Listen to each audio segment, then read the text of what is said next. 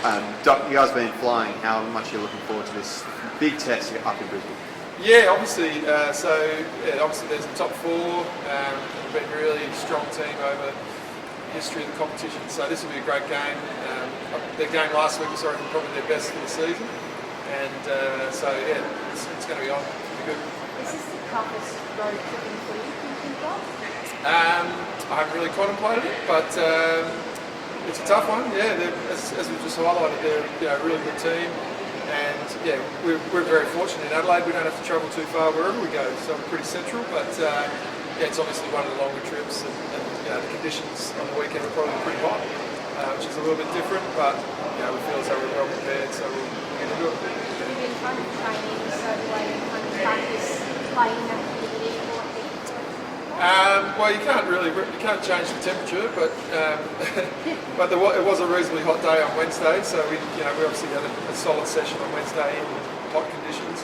It'll probably be a bit hotter than that, but as I say, our players are really well prepared. They're physically ready for the challenge, and we'll be right to go.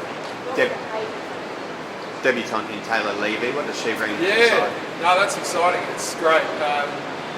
So Taylor played footy as a junior, but travelled away to the States to follow a basketball career.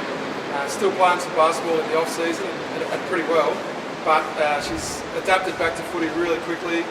She's got great awareness and density and moves through congestion really well. So she'll probably play some time through the midfield and then also maybe some half forward.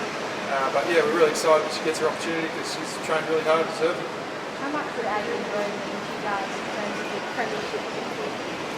I'm sorry, I missed the question. How much would Adelaide Road mean to you guys? Oh, okay, yeah. Obviously, we're just really looking forward to getting up there, and we've had a great start to the season.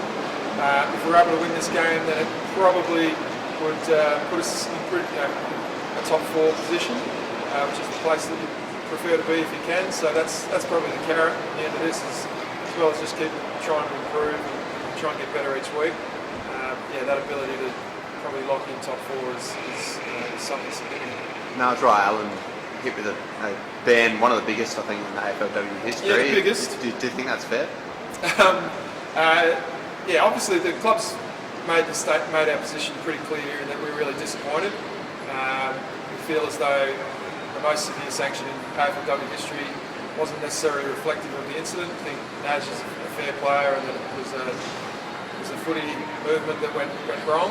We don't deny the need for suspension anytime there's head contact, and we really are mindful of the care of our players is critical. But yeah, we're disappointed. We're really disappointed, and subsequent to foregoing the opportunity to appeal, we also were informed that she's no longer able to play in the scrimmages, which is a change in the ruling, because last season the players in this instance were able to play in those scrimmages, and in round one we played against a couple of players from an opposition team who were suspended who were also able to play in the scrimmages. So we've had that communicated to us, and we understand the rationale. Once again, we are disappointed. But in the end, it's time for us to focus on the things we can control. And that's getting ready to play this weekend, it's getting ready to prepare for finals. And we're really confident that Naj will be able to do that, and it should be available when that time comes. What was the explanation given for changing a ruling mid-year? And I think Port Adelaide had instances where they had suspended players playing in scrimmages as well. Yeah, well, that one, I don't have the documentation in front of me, but it's been explained to us why. And we accept the rulings of the league, and we move on. How disappointing is that for you guys? Yeah, it was disappointing. Yeah. And also, do you think more consideration needs to be given in these bans of the shorter season? If, for example, if this was in the men's season, there's no way that would be given 6 games. Do you think when the bans are handed out, they need to think, well, it's a 10-game season, this is going to be costly? Yeah, that's something for consideration, but the rules are pretty clear. The rules have now been written specifically for AFLW, and we are more than happy to operate within the constraints of the rules. That's what we sign up for. Totally comfortable with all that. In the end, we are disappointed, but we now move on. I guess how frustrating is that for you as well, that she's going to have absolutely no match fitness by the time that she comes into the first league finals? Yeah, well, we've been in this boat before in terms of players having to prepare for big games with less than ideal preparations. We're really confident in the program that we've got in place. 100% confident that she'll be ready. We've had seasons where our whole squad didn't have any practice matches and we went into round one. So it is what it is. We'll get ready and we'll be ready to roll. Just one on Chelsea. I think MJ is pretty close to having the baby. How's Chelsea going? Well, everyone's very excited. So yeah, it's really exciting. We're really excited. We hope, obviously, some nervous anticipation here on everyone's behalf.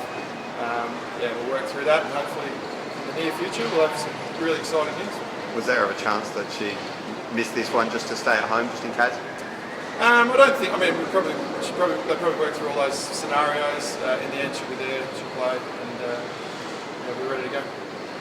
And just on Ballard as well, obviously a devastating injury for her. How's the group rallied around her?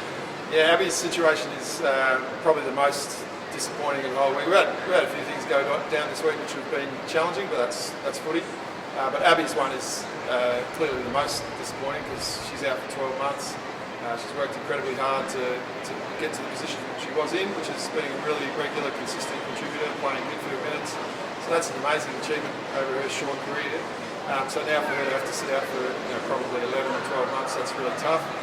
But equally, we know we've got great support mechanism and we'll get her back better than ever.